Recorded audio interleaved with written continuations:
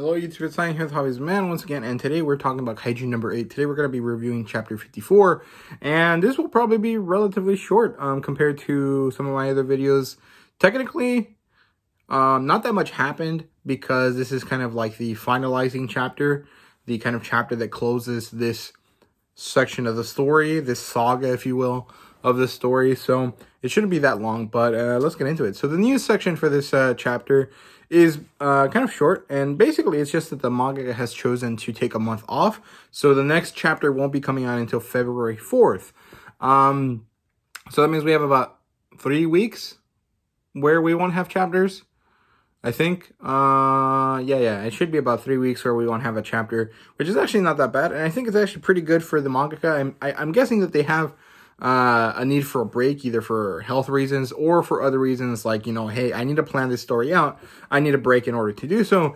And I think it's really kind of interesting that the manga is being allowed so many breaks and able to kind of choose their own, you know, kind of schedule. I don't know if Naoya Matsumoto is that popular or that well known in Japan, but I think it's pretty interesting. I'm guessing that it's because they're on the digital version of Jump, and so they're a lot more leeway. But I mean, I'm curious to see how that kind of works. If anyone knows, please let me know down in the comments. It'd be pretty interesting to learn about that. But that's basically all the news there are for this chapter.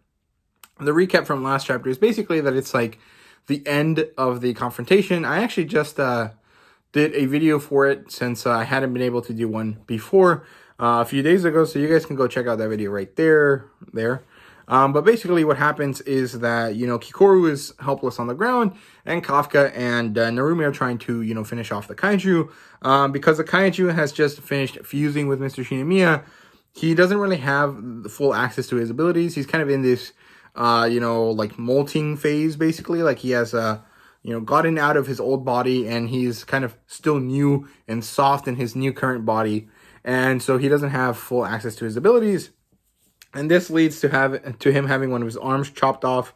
And then Narumi tries to take advantage of this and attack him harder. But what he does is explode, basically. Kafka and Narumi manage to survive this, and then they go into attack again. But Kaiju number 8 attacks Kikoru and Mr. Shinomiya's sidekick tech guy. And, you know, Kafka and Narumi had to protect him. And in that moment, you know, number 9 goes away and very ominously says that, you know, next time you see me, number 8 will be the beginning of the Kaiju era. And that's basically where we are right now. We have basically finished the first major section of the story. Technically, we've had about 4 arcs already. We had the test arc, and then we had the attack on Tachikawa base, and then we had whatever the arc this is now. So I think we had 3 to 4 arcs already, and I guess this would encompass the beginning of the series, the prologue of the series, and then next is the Kaiju era arc or saga or whatever you want to call it. And I'm pretty interested to see how that goes. But yeah, that's it for the recap. Let's look at the actual series now. What happened in this proper chapter? Basically, it was just a final, you know, goodbye to Mr. Shinomiya. That's basically what it was.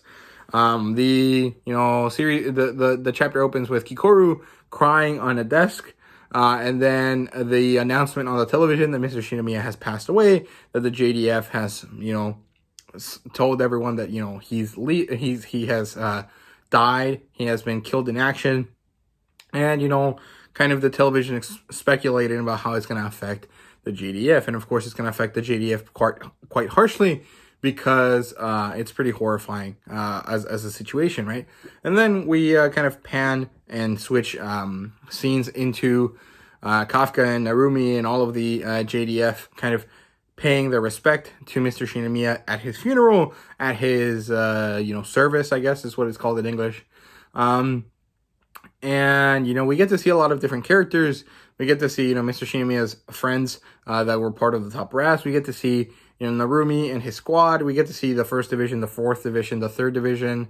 I think we saw the 2nd division as well. And some of these characters look like they're related to other characters that were classmates, division mates of Kafka and Reno and Kikoru, which is pretty interesting. So we're getting a little bit of world building there with that. And then I think the meat and potatoes of the chapter is when we get to see Narumi and Kikoru talking, and Kikoru is having this kind of like trauma associated with the fact that she has once again not been able to save her father or save anyone that she cares about, and that she was hopeless, that she was stuck on the ground, that she couldn't do anything, and that she couldn't save her dad, right? And of course, Narumi's like, hey, you know, shit happens, we couldn't do anything either, you know, this sort of stuff. And eventually Kikoru kind of has this very meaningful, impactful moment where she's crying really badly. And I thought it was a beautiful scene. But from there, Narumi's like, you know what, Kikoru, I'm going to make you the strongest person ever. You're going to be so strong that only I am able to rival you in strength. After Kikoru asks him for more power, basically. And I'm guessing that that's what's going to happen now. And then we also got a little short scene of Reno. He's kind of just like in the service. He's just saluting. And then we get to see Kafka sitting outside of the room where Narumi and Kikoru are talking. And I think the most important thing is that we see his hand. And his hand looks human except for a sliver of kaiju flesh right here.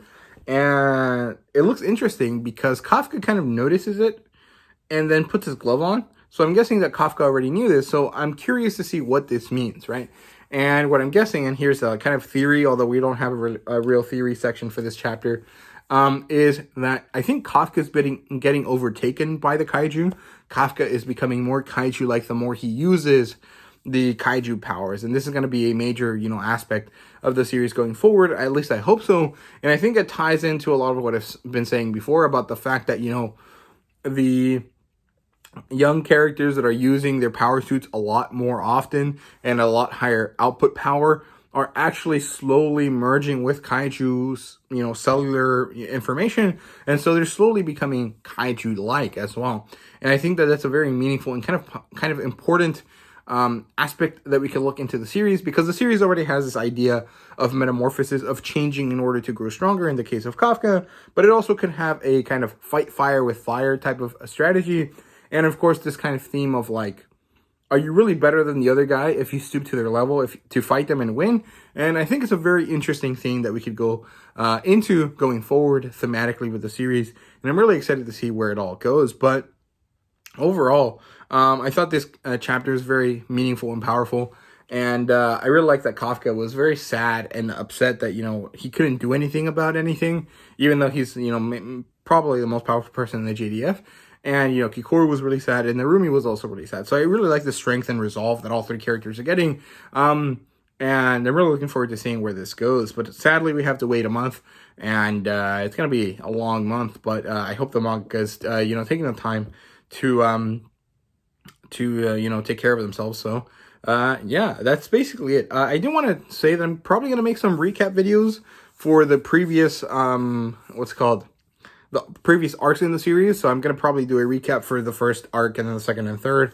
And this is going to try to be basically like, hey, it's been a month since you read the series. Here's what happened in the previous, you know, arcs. And I probably will release one every week, basically to fill the void that Kaiju number 8 is leaving in my channel during the time that is on hiatus. So hopefully that works out. But yeah, that's all I have to say for you guys today. So thank you guys very much for watching. I hope you guys enjoyed the video. And if you did, please do like, subscribe, and comment down below. Let me know what you thought. And of course, let me know what you thought about the chapter. So yeah, thank you guys very much for watching. See you guys later.